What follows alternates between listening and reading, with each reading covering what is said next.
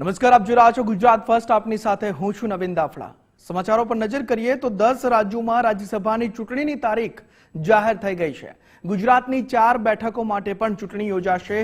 18 જૂનના રોજ આ રાજ્યસભાની ચૂંટણી જે યોજાવાની છે, 10 રાજ્યોની 24 બેઠકો માટે ચૂંટણી જાહેર થઈ ગઈ છે. રામ મોકરિયા, નરહરી અમીન તેમનો કાર્યકાળ પૂર્ણ થઈ રહ્યો છે. રમીલાબેન બારા અને શક્તિસિંહ ગોહિલનો પણ કાર્યકાળ પૂર્ણ થઈ રહ્યો છે. ત્યારે 18 જૂનના રોજ રાજ્યસભાની ચૂંટણી યોજાશે. 10 રાજ્યોમાં રાજ્યસભાની ચૂંટણીની જે તારીખો છે તે જાહેર થઈ ગઈ છે.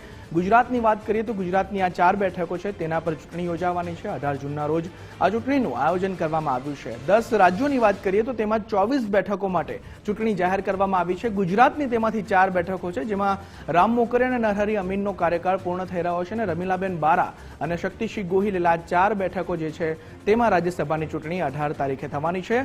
આ જ મુદ્દે તમામ વિગતો સાથે નિકુંજ જાની અમારી સાથે લાઈવ જોડાયા છે.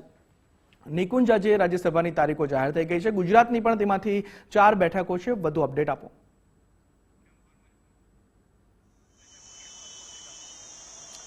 જી, રાજ્યભરની અંદર જે 4 જેટલી રાજ્યસભાની બેઠકો જેની ડ્યુ ડેટ હવે પૂરી થઈ રહી છે તેની ઇલેક્શન કમિશને જાહેરાત કરી છે.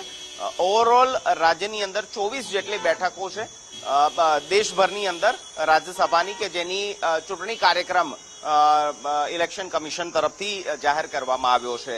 18 જૂને મતદાન કરવા માટેની તારીખ છે. 8 જૂને ઉમેદવારી ફોર્મ ભરવા માટેની છેલ્લી તારીખ છે. ગુજરાતની જે 4 બેઠકો રાજ્યસભાની અંદરની હતી તેની જે અવધિ છે તે પૂર્ણ થઈ રહી છે. તેમાં કોંગ્રેસના સાંસદ શક્તિસિંહ ગોહિલ, નરહરી અમીન, રમીલાબેન બારા અને રામ મોકરિયા, આ 4 બેઠકો પૈકી 1 બેઠક કોંગ્રેસ પાસે છે, 3 બેઠકો ભાજપ પાસે છે. અને હવે રાજ્યસભાનું જે નવું ઉમેદવારી ફોર્મ ભરાશે, જેમાં ગુજરાતમાંથી ખાલી પડેલી 4 બેઠકોની રાજ્યસભાની જ્યારે ઉમેદવારી થશે ત્યારે જે સંખ્યાબળની સ્થિતિ છે તેના આધારે આ 4 બેઠક ભાજપના ફાળે જશે. કોંગ્રેસને જે રાજ્યસભાની શક્તિસિંહ ગોહિલના સ્વરૂપમાં 1 બેઠક હતી તે હવે ગુમાવવાની પડશે, કારણ કે ગુજરાતની અંદર ધારાસભ્યના સંખ્યાબળના આધારે જે ખાલી પડેલ 4 બેઠક જે છે તે હવે ભાજપના ફાળે જઈ રહી છે. મહત્વનું છે કે હવે ભાજપ રાજ્યસભામાંથી ગુજરાતમાંથી રાજ્યસભા માટે કોને મોકલે છે તે ખૂબ મહત્વનું છે. એટલા માટે મહત્વનું બની જતું હોય છે કારણ કે હવે 2027 વિધાનસભાનું ઇલેક્શન ખૂબ મહત્વનું બની રહેવાનું છે અને તે પહેલા આ રાજ્યસભાની ચૂંટણી છે.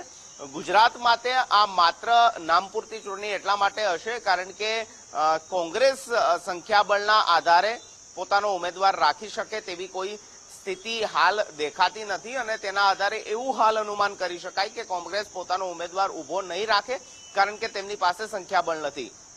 ભાજપ તરફથી 4 ઉમેદવારોના નામો હવે ટૂંક સમયની અંદર જાહેર કરવામાં આવશે.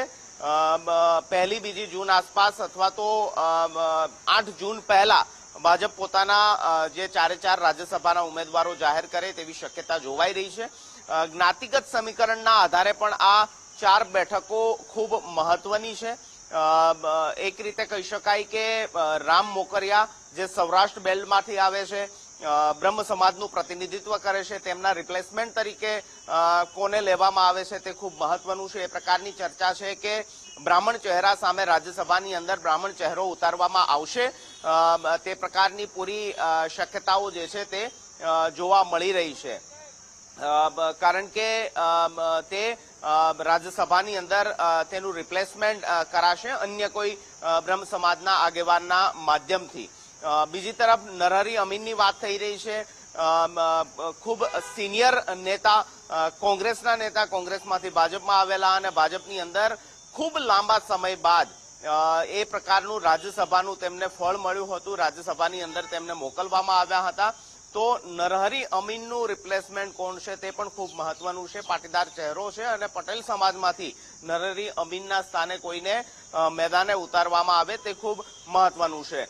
રમીલાબેન બારાની વાત થઈ રહી છે. મહિલા ઉમેદવાર, મહિલા ચહેરો હતો રાજ્યસભાનો. ટ્રાઇબલ સમાજમાંથી આવે છે, આદિવાસી સમાજમાંથી આવે છે અને તેમનું રિપ્લેસમેન્ટ પણ કોઈ આદિવાસી સમાજમાંથી થશે તે પ્રકારની ગણતરી સેવાઈ રહી છે અને મહિલા સામે મહિલા જ ઉમેદવાર બનાવવામાં આવે, કારણ કે મહિલાઓનું પ્રતિનિધિત્વ પણ જળવાઈ રહે તે પણ ખૂબ મહત્વનું છે.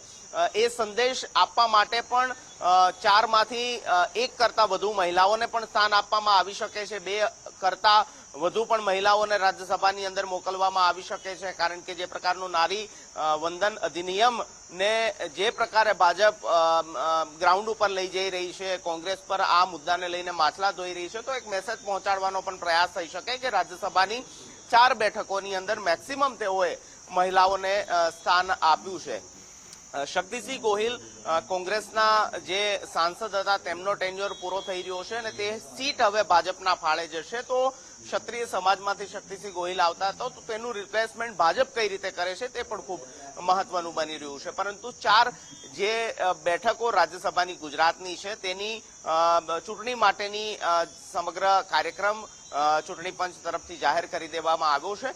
અલબત્ત ગુજરાતની અંદર ચૂંટણી થશે તેની શક્યતા બહુ ઓછી દેખાઈ રહી છે. બિનહરીફ રીતે આ 4 જે રાજ્યસભાની સીટો છે તે દિલ્હી સુધી પહોંચે તેવી શક્યતાઓ પ્રબળ છે. ભાજપ હવે એ મૂર્તિયાઓને શોધવા માટેનું મનોમંથન શરૂ કરશે. અલબત્ત દિલ્હીથી જ આ અંગેની જાહેરાત થતી હોય છે, પરંતુ જરૂરથી અહીંથી પ્રદેશ ભાજપમાંથી, સરકારમાંથી ઉમેદવારો કે નામો બાબતે સેન્સ મેળવવામાં આવતી હોય છે, તેમની સાથે પરામર્શ થતો હોય છે. આગામી દિવસોની અંદર પ્રધાનમંત્રી સાથેની ગુજરાતના નેતાઓની મુલાકાત કે પછી અમિત શાહના ગુજરાતનો પ્રવાસ અથવા તો તેમની સાથેની મુલાકાત પણ રાજ્યસભાના ઉમેદવારો સંદર્ભને લઈને હોઈ શકે છે, તેવી પણ એક અટકળો હવે જોવા મળશે. પણ ખાલી પડેલી ગુજરાતની રાજ્યસભાની સીટોમાં નવા 4 સાંસદો ગુજરાતમાંથી દિલ્હી પહોંચશે અને તેના નામોને લઈને હવે ભાજપ દ્વારા મંથન શરૂ કરાશે. જી, સમગ્ર માહિતી બદલ આપનો આભાર નિકુંજ.